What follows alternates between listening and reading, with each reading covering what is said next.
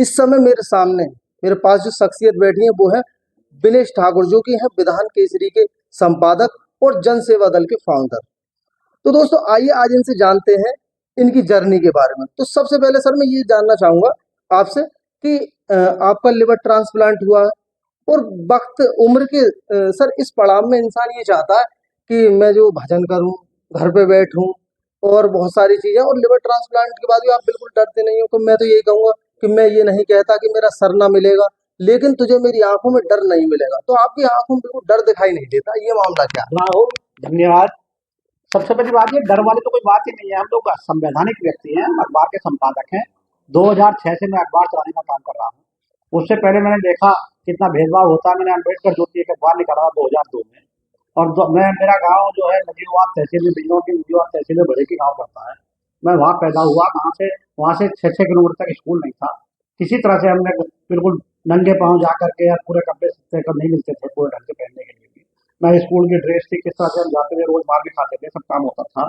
तो हम लोग ना नीचे से उतर के आए हैं। हमारा मकसद था, मैं बिजनौर में शिफ्ट हुआ। बिजनौर में शिफ्ट होने के बाद तब मुझे लगा कि यार इसमें आवाज उठाई जाए। पहले मैं 1-2 पार्टी के झंडे उठाने का काम किया, और झंडे उठा करके जब मैंने देखा यार ये सब पूछते नहीं है, वहाँ भी जातिगत उत्पीड़न का शिकार होते हैं, जातिगत हीन भावना से देखा जाता है।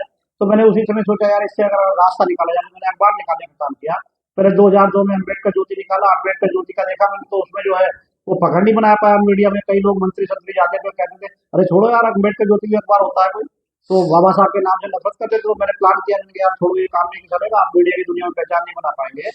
तो फिर मैंने प्लान किया कि अब डेली अखबार निकाला जाएगा, दूसरा अखबार निकाला जाएगा। तो मैंने विधान केसरी के अखबार, एक राकेश चौहान बिजनौर में सूचना के अधिकारी थे, तो उनके उनके उनसे बैठ करके मैं डिस्कस कर रहा था। तो मैंने एक अखबार का टाइटल प्लान किया, 10 टाइटल भेजे। विधान केसरी नाम का टाइटल था, सबसे ऊपर प्राथमिकता थी, तो इसको ये मुझे मिल गया।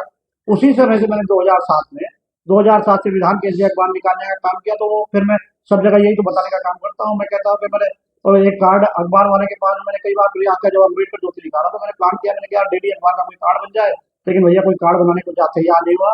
और रही बात, मैं तो पहले कह चुका हूँ कि कई बार उसने अखबार वाले ने मुझे मना कर दिया कि छोड़ो यार, वो जातिगत आधार पर उसने मुझे मना किया। मुझे इस बात का पता था, तो मैंने उस समय प्लान किया था कि मैंने कहा यार छोड़ो, अब मैं पत्रकार बनाने की फैक्ट्री खोलने का काम करूंगा। और मैंने पत्रकार बनने की फैक्ट्री खोली।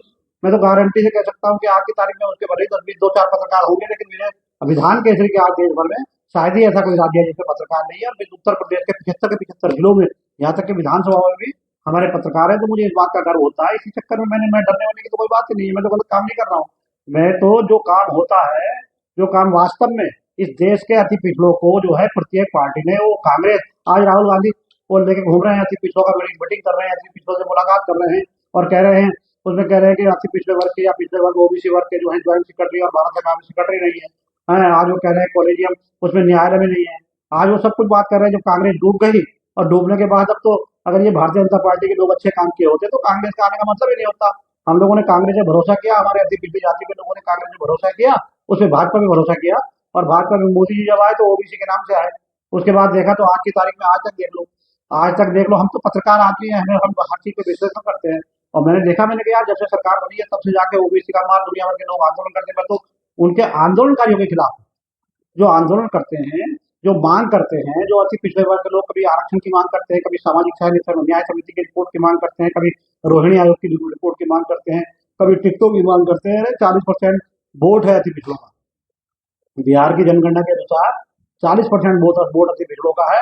और मेरी गारंटी है, अगर ये लोग सब आपस में एक दूसरे के कूटे पिटे लोग एक जगह हो जाए, तो उत्तर प्रदेश में नहीं देश भर में सरकार बना सकते हैं। तो मुझे डर नहीं, हम संवैधानिक तरीके से काम कर रहे हैं। मैं तो खुद कह रहा हूँ कि हमें कोई धरना प्रदर्शन नहीं करना, हमें अधिकारों की बात करनी है। इसमें सरकार हो, राष्ट्रपति हो, इसमें न्यायालय हो, इसमें सीजेआई हो, इसमें कोई हर आदमी कहता है कि संविधान हमें आजादी देता है, और आजादी देता है तो हम अगर वोटर हैं इस देश के, हम यहीं के रहने वाले, तो हमें पॉलिटिकल पार्टी बना करके समाज को, जो वंचित समाज के लोग हैं, उनको सत्ता में ले जाने का अधिकार है, और उस पर हम काम करें। बिल्कुल सर।